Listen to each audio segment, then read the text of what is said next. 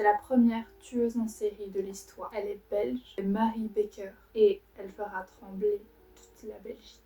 Toutes les accusations, toutes les preuves, tous les témoignages, elle niera tout. Ils n'ont jamais pu prouver scientifiquement que Marie Becker a vraiment tué autant de gens. C'est que c'est pas n'importe quelle femme. C'est une femme forte, indépendante, et elle aurait essayé environ 17 empoisonnements, dont 11 qui ont réussi. Bonjour, je suis heureuse de faire cette vidéo. Ça faisait longtemps que j'avais l'idée de faire ce genre de contenu et je suis un peu tombée par hasard en faisant mes recherches sur l'histoire de Marie Becker. Je pense que je prononce bien, j'espère. Nous allons donc parler aujourd'hui de l'histoire de Marie et de ses nombreux meurtres. Ça a été la toute première tueuse en série de l'histoire. Mais du coup, avant de parler de ses nombreux meurtres, on va parler un peu de son histoire. Marie Becker est née en 1879 et c'est une femme en avance sur son temps. À 17 ans, elle aura son premier amant. Elle va les enchaîner. C'est une femme qui aime faire la fête, qui est loin des codes de son temps. Les femmes à ce moment-là sont plus à avoir un mari, à être femme au foyer. Elle, non. Elle vit sa vie, à balle sa vie, et elle va finir par tuer des gens. Au total, on recense 11 victimes de Marie Becker. Marie Becker, elle est aussi appelée la veuve noire. Alors, pourquoi tout ça? Tout simplement parce que pour entretenir son amant, elle va du coup voler, tuer pour lui, pour entretenir son amant. Mais revenons au b.a.-ba. Elle est donc née en 1879.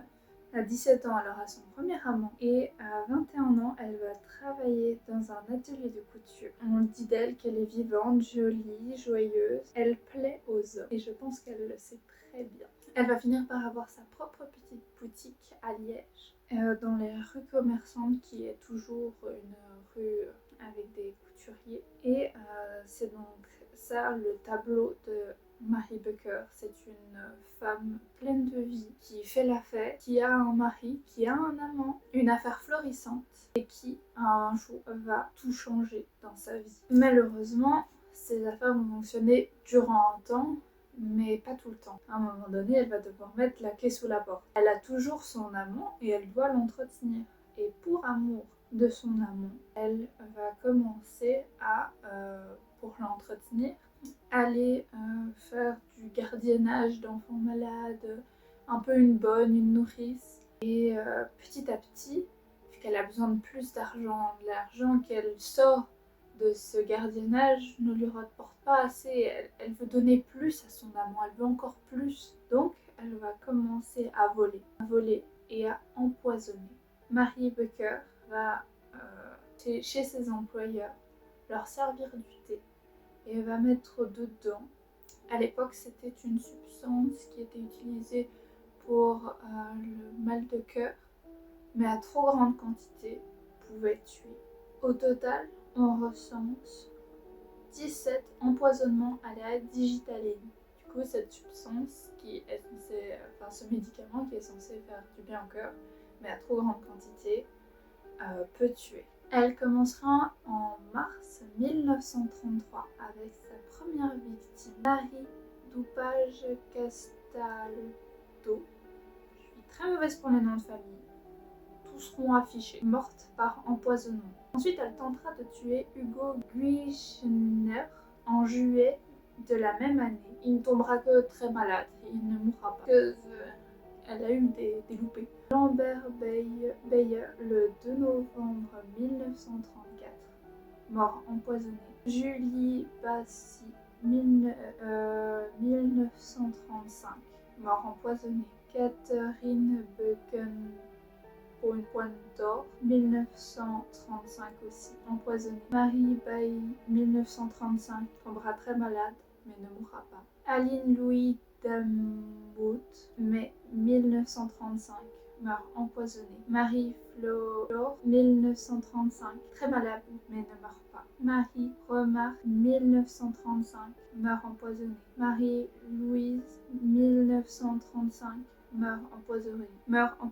Marie-Anna Stevar meurt empoisonnée en 1936. Marie Dallon, 1936, très malade mais ne meurt pas. Alexandre Lejeune, Blumley, juillet 1936, très malade mais ne meurt pas. Marie Willenbulte, 1936, meurt empoisonnée. Glory Van Gowland, 1936, meurt empoisonnée. Marie Lexham Waynes, 1936, meurt empoisonnée. Et toute cette histoire se terminera avec Madame Lamy en 1936.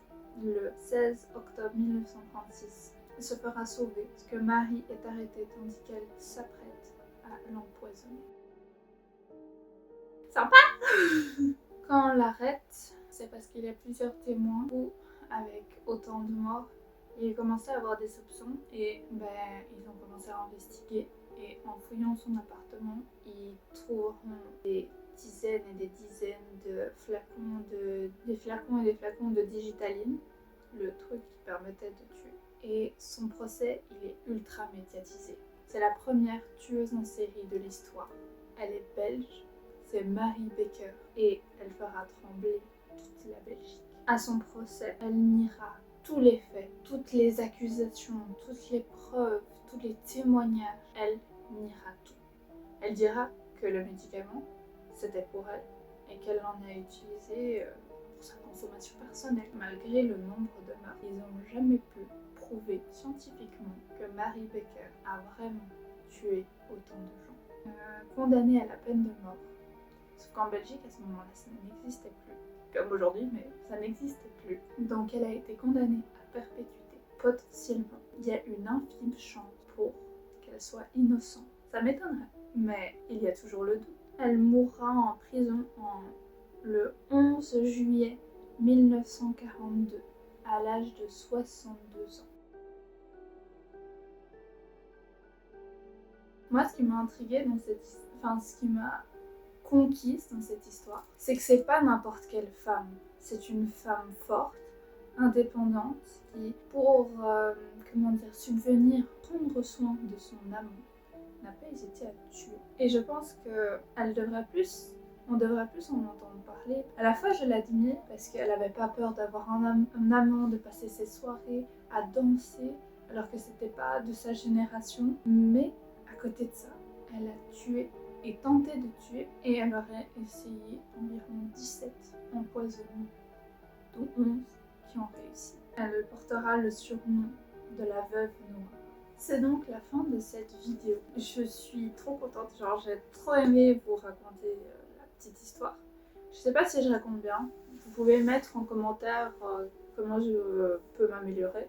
Et j'aimerais raconter les histoires de tous les tueurs en série belges. Parce que je trouve qu'on n'en entend pas assez parler. Et pas que je veux mettre en avant des tueurs en série, mais ça a quand même marqué l'histoire et qu'on n'entende pas plus parler. Je trouve ça un peu nul. Il y a quelque chose à faire. Si ça t'intéresse de voir la suite, je t'invite à t'abonner. Et à suite pour la prochaine vidéo.